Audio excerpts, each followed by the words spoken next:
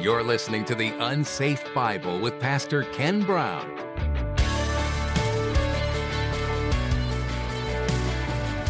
Paul talks about it in verse 10. He nails it. Be strong in the Lord and in the strength of His might, not ours. And then he tells us how to do that. You put on the whole armor of God, that you might be able to stand against the schemes of the devil. Why do we have to have the full armor of God? Well, he tells us there's a war out there, and he nails it. We don't wrestle against flesh and blood, but against the rulers, archon, against the authorities, against the cosmic powers.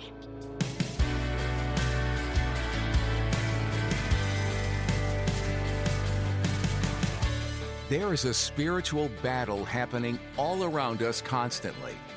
As much as we feel we have physical struggles here on earth, we also have mental and emotional attacks. As Christians, we will go through hardships, and that means we must protect our minds and our hearts from those evil ways. In today's message, Pastor Ken will encourage you to put on the whole armor of God every day as you battle the seen and unseen war. We must look to the Lord for strength and put on our armor as we go into our daily lives. Well, let's join Pastor Ken in the book of Daniel, chapter 10. As he continues his message, let's get real. This is the viewpoint of the people of the time period that Daniel's talking about. This is their viewpoint. They had a very specific view and a very specific viewpoint in regards to their time period that they were living in. Daniel records that, and he withstood him for 21 days. But we also know that Bible scholars are in unanimous agreement that the princes that are referred to in Daniel 10 are divine beings. They're not humans. There is no disagreement amongst the scholars on that. They do not call them humans. The term that is used there is also the same term that Paul uses in 1 Corinthians. When you take a look at what it says in the Septuagint, the same term is used when it says princes.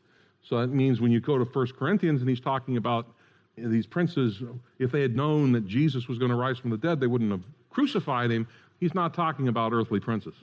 He's talking about these same supernatural beings. And the concept, by the way, is all based on Deuteronomy 32. So we know what the Deuteronomy 32 worldview is. It's based off of what happened at the Tower of Babel when God, after the nations rebelled there because they didn't do what God wanted them to do, he split everybody up with their own languages, and he assigned them to 70. There were 70 nations. He assigned them to 70 divine beings who wound up falling and demanding worship on their own, and they became little g gods instead of doing what they were supposed to do. Deuteronomy 32, 8, and 9, when the Most High gave to the nations their inheritance, he divided mankind, and he fixed the borders of the people according to the numbers of the sons of God. Sons of God is an individual that's directly created by God. We aren't. Adam was, the angels are, divine beings are directly created by God. But the Lord's portion is his people, Jacob his allotted heritage. Yeah, God picked a guy by the name of Abram out of Ur of the Chaldees and said, you're going to be the one that my people come from. But what we're seeing here is the reality of Deuteronomy 32. We just are. And we're seeing the reality of Genesis 11 and the aftermath, and we're also seeing the reality of Psalm 82, which we talked about a lot when we talked about the unseen realm. Psalm 82 talks about these fallen divine beings spending eternity in hell, just like fallen man who does not repent. Verse 13 of Daniel 10, the commander of and this is from the Septuagint. Sometimes I like to throw that in because there's a little more information. The commander of the king of Persia opposed me for 21 days. And behold, Michael, one of the commanders of the first order, a little more information there, came to help me, and I left him there with the commander of the king of Persia. Now we know there's multiples of them there, but there's also a hierarchy and there's also a command structure that exists among the divine beings. This is an army that's being described. It's absolutely being described. And he said to me, I've come to show you what will come upon your people during the last days, for there's still time for days to come. There's a Greek translation of Daniel, the Septuagint, and there's several texts that are used. There's one specific text where the term used is archon, again, rulers of this age. They don't say that Michael's an archangel, it just says he's an archon. That's the same term used in 1 Corinthians 2, and Ephesians 3, and Ephesians 2 as well. And just so you can see it, so you can impress your friends and neighbors, and I've got a copy of it in there. First three words, Kai Ha Archon, that's talking about the prince of Persia, Archon Basileus, Prince Persion, Persia. And then you go down further, and you'll see a word that looks like Michael, except with an X. That's Michael, Michael.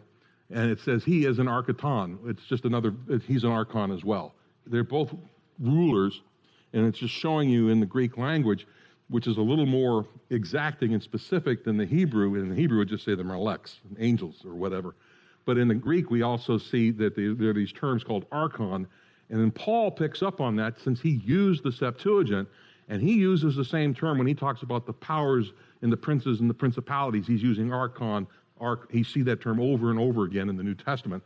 And this is where he's getting it from. He's talking about what Daniel is talking about, that they're fallen divine beings. And again, there's this hierarchy. And we're seeing some of that here in the description. It indicates that the angel of Persia and that angels were allotted to different gods or heavenly beings. It's widespread. Everybody in the ancient world knew this. We don't, for some strange reason. But it was pretty common in the ancient world. They understood all of that information. Verse 15, when he had spoken to me according to these words, I turned my face toward the ground and was mute. So Daniel's talking to the angel, and he just looks down at the ground. He's still trying to, okay, so there's an army, and you're fighting another angel or another divine. He's trying to understand that. And behold, one in the likeness of the children of man touched my lips, and I opened my mouth and spoke. And I said to him who stood before me, O my Lord, by reason of the vision, pains have come upon me, and I retain no strength. How can my Lord's servant talk with my Lord? For now no strength remains in me, and no breath is left in me. Have you noticed any time that somebody sees an angel, they don't sit there and stand up, they always fall over? John's going to have the same problem, and every time you see it in the Scriptures, Isaiah does that, Ezekiel does that, and I hear people on Christian television say, oh yeah, I talked to him. I don't think you did, because this is what happens to the prophets. It's pretty uniform. How can my Lord's servant talk with my Lord? No strength remains in me. No breath is left in me. Again, one having the appearance of a man touched me and strengthened me. And he said, O man greatly loved. Again, he's talking to this angel, this divine being. An angel is a job description. It means messenger. So he's getting a message. Fear not, peace be with you. Be strong and of good courage. And as he spoke to me, I was strengthened and said, let my Lord speak, for you strengthened me. And he said, do you know why I've come to you? But now I'll return to fight against the prince of Persia. There's that term again. Oh, and when I go out, behold, the prince of Greece is going to come. Huh? What's going on? There is a war going on. And he's talking about it. I think this is Gabriel who's talking to him. It doesn't say, but I think that's who it is. Hey, I'm fighting against the prince of Persia. Michael's busy holding him off right now. We're going to go back. I already know the prince of Greece is coming. There's some kind of war going on out there, and we don't see it. But I'll tell you what is inscribed in the book of truth. Do we have the book of truth? Well, the closest we can get to it is the Bible, but he's referring to something that's in the heavenlies, a book of truth. There's something that God has, and that's where he was given a copy of it. Hey, explain this to Daniel, and he goes, there is none who contends by my side against these except Michael, your prince. So it sounds like there's this huge army out there, and it was one divine being fighting them off, and now Michael's holding them all off. Again, I envision Michael as a really tough dude. He's an archangel. He's probably sitting there drinking coffee while he's, fighting them off. Just my imagination, okay? I'm sorry. But we actually see the unseen war here. He's talking about it. There's a bigger reality out there than any of us ever care to think of. What it means is behind all decisions being made from a geopolitical perspective in the world today, there's something else behind it. There's something else behind it. And it's not just in politics. I believe it also involves business. I also believe it involves a lot of other realms of this world too, because there are divine beings who are fallen who want us to fail. And they'll do anything and encourage anybody. If they can make us fail, they're going to do it. And it's not just in politics. It's involving everything, including people driving on 995. Personal opinion, okay? But Paul spoke directly about this. He really did. And when you go to the book of Ephesians, chapter 6, Paul talks about it in verse 10. He nails it. Be strong in the Lord and in the strength of his might, not ours. And then he tells us how to do that. You put on the whole armor of God, that you might be able to stand against the schemes of the devil. Why do we have to have the full armor of God? Well, he tells us there's a war out there, and he nails it. We don't wrestle against flesh and blood, but against the rulers, archon, against the authorities, against the cosmic powers over this present darkness, against the spiritual forces of evil in the heavenly places. It's a spiritual war. He's pointing back to Daniel. There you go. That's it. And he's giving us more information about it. That's who we fight against every day. You know, you may think you're fighting against a certain person in a business meeting who always shoots down your idea. No, that may not be it. There may be somebody else behind that. I would hope not, but we don't know. The Bible seems to indicate you either are or you aren't. There's no in between. We, against rulers, against the authorities, against the cosmic powers over this present darkness, against the spiritual forces of evil in the heavenly places. So he says, take up the whole armor of God, that you may be able to stand within the evil day, and having done all, to stand firm. Having the belt, and I'll let you read through the rest of it, all the different things that we're supposed to have on us as a result of standing firm in the Lord. They're all spiritual tools, because we have everything we need to fight the battle as well as Michael was fighting the battle. We're not as powerful as Michael, but we've been given the same tools, and we can still command armies to defend us that we can't see, but they show up and they're fighting for us, just as they were fighting for Daniel. In Revelation chapter 12, by the way, we see this Michael show up one more time. Verse 7. And again, there's a war in heaven. This is more reality. Now a war arose in heaven. Michael and his angels fighting against the dragon. That's Satan. And the dragon and his angels, all these prince of Greece, prince of Persia, that's what he's talking about, fought back. But he was defeated, and there was no longer any place for them in heaven. And the great dragon was thrown down, that ancient serpent who is called the devil and Satan, the deceiver of the whole world. He was thrown down to the earth, and his angels were thrown down with him. We'll cover that when we get to the book of Revelation, because it's not a good day for the people who are still on planet Earth at that time. Because it says also that Satan knows his time is very short. And he personally becomes involved with the beast, the Antichrist. Now, well-meaning people will scoff at the idea of demons and evil angels. But it is biblical theology. This is true. This is what the Bible teaches. There is no way to get around it. There are specific evil angels assigned to various nations. That's what we just saw here. It's very clear. If you study angels, it's called angelology, okay? They're called territorial spirits. They hang out in one area and they don't ever leave.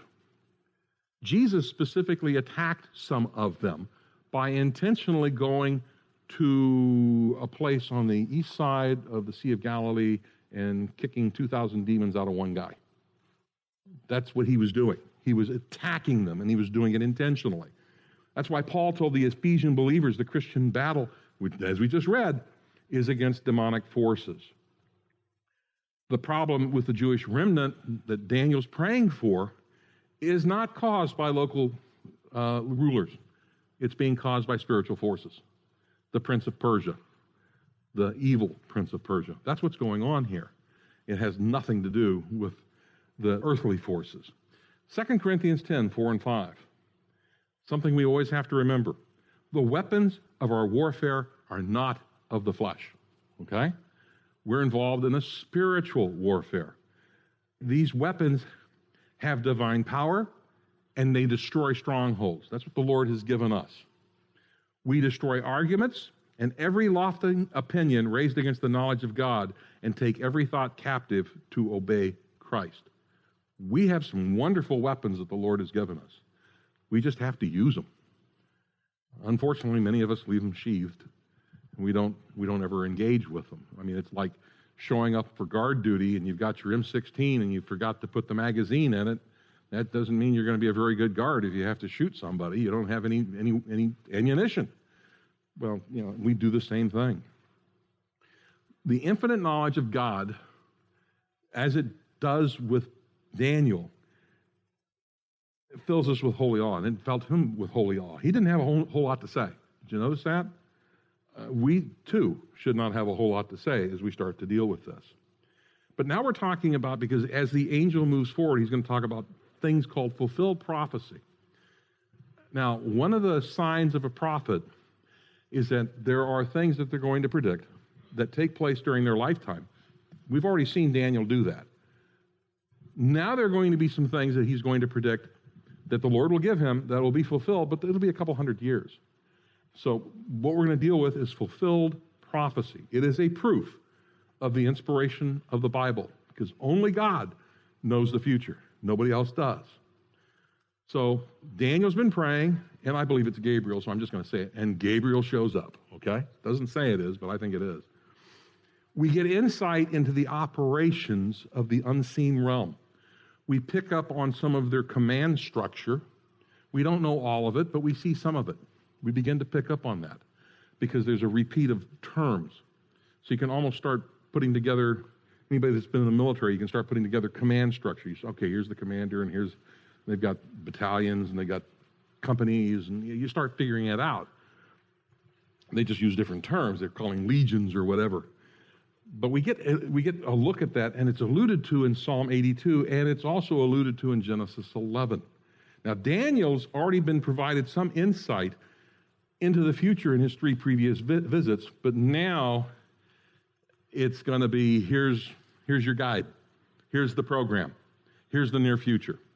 So as we go into Daniel 11, the first 35 verses are going to be extremely detailed. This is why a lot of people do not like the book of Daniel.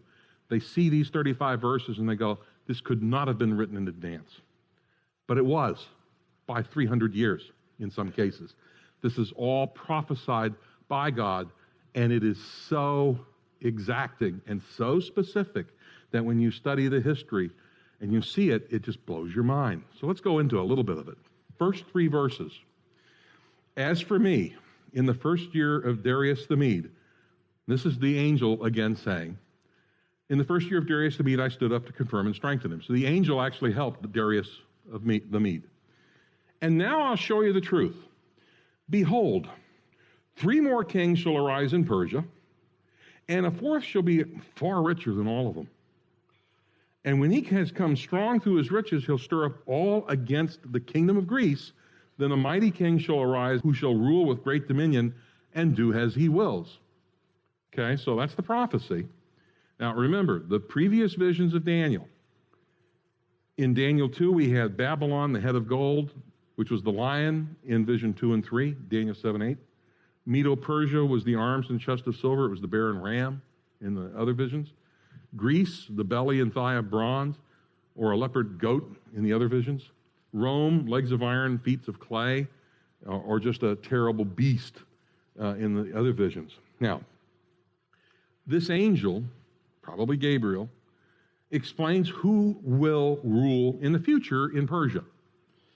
There's going to be 4 kings who will rule in the future. He doesn't go into it, but we know from a historical perspective that after the time period that Daniel's in, there are 4 more kings.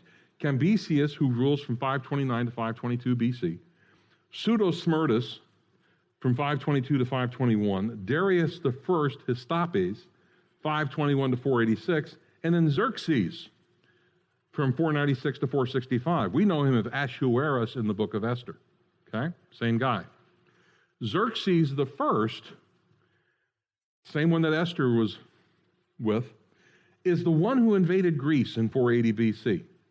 And it didn't go well for him. He was defeated at Salamis and Samos, and his army was defeated at Plataea. He was extremely rich and was finally assassinated in August of 465 BC. Meanwhile, during that time period, in Greece, Philip of Macedonia had a son, and he named him Alexander. Philip died in 336 BC, and Alexander wasted no time in taking revenge against Persia because of Persia coming and attacking Greece. He conquered all the way to India as well as Egypt, and his conquests included Babylon. And if you're rich and famous in that day and age, you get a statue with your face on it, okay? Said that, by the way, as Alexander the Great approached Jerusalem, the rabbis went out to meet him and showed him selected verses from the scroll of Daniel. They showed him chapter 10 and 11 of Daniel. They didn't show him everything. He was duly impressed, and he left Jerusalem alone.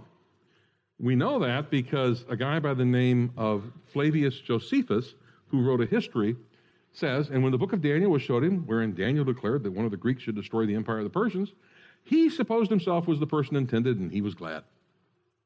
And it goes further, he went and sacrificed at the temple through the priests, the way he was supposed to.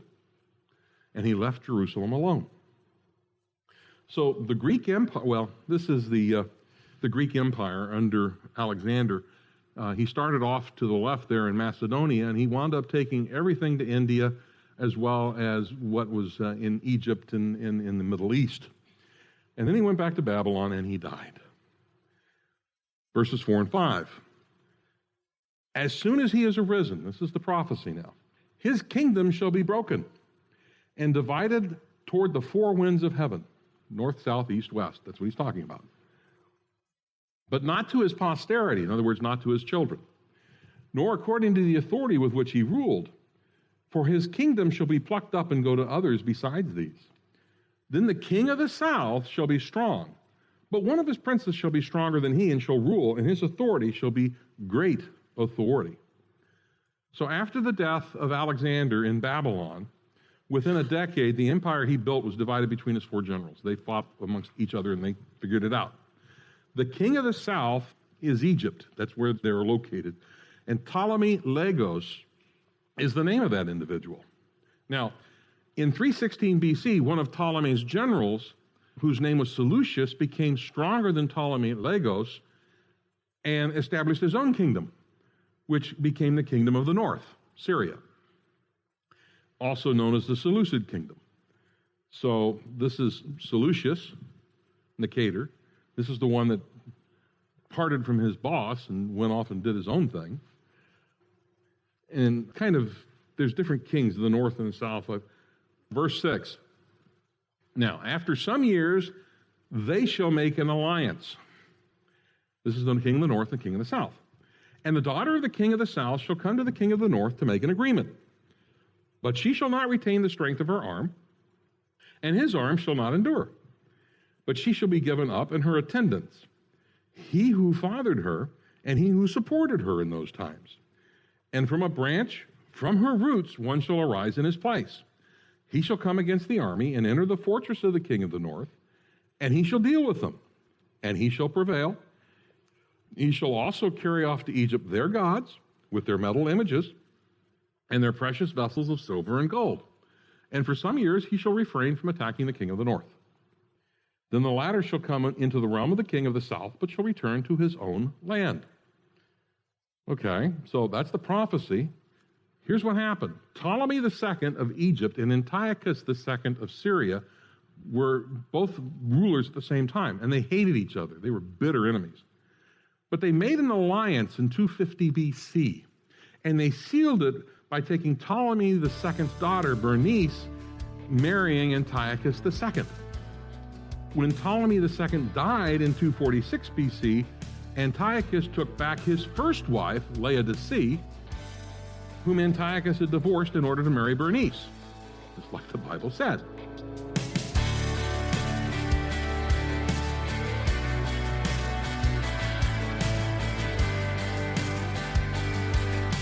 You've been listening to The Unsafe Bible with Pastor Ken. The series Pastor Ken's been teaching through is the prophetic book of Daniel. It's a fascinating glimpse into things that were predicted to happen in the future. Daniel was one of the upright men of character that God trusted to see what was ahead. It wasn't always something that Daniel was able to grasp. In fact, some of the visions he saw made him sick. When you think about the future and what's been predicted, can you imagine having a lens into that? It might be rather terrifying to see all the ways mankind gets in his own way, and how every culture ultimately comes to destruction. But this isn't where the story ends. God entrusted Daniel with these visions so there would be a visible and noticeable end to the current situation of the world. God promised a new king would come and make things right, restoring the world in a new way. If you like what you heard today but need some additional direction or understanding on this, go to theunsafebible.com and click on the Connect tab. You can submit a Connect card, and then someone can get in touch with you and try to help answer those questions you have. If you're in the Jupiter, Florida area, we want to invite you to meet with us in person. Find more details on our website, theunsafebible.com. In the meantime, you can find more messages from this series in Daniel by looking under the Media tab at theunsafebible.com. Pastor Ken has more to share from this book next time, here on The Unsafe Bible.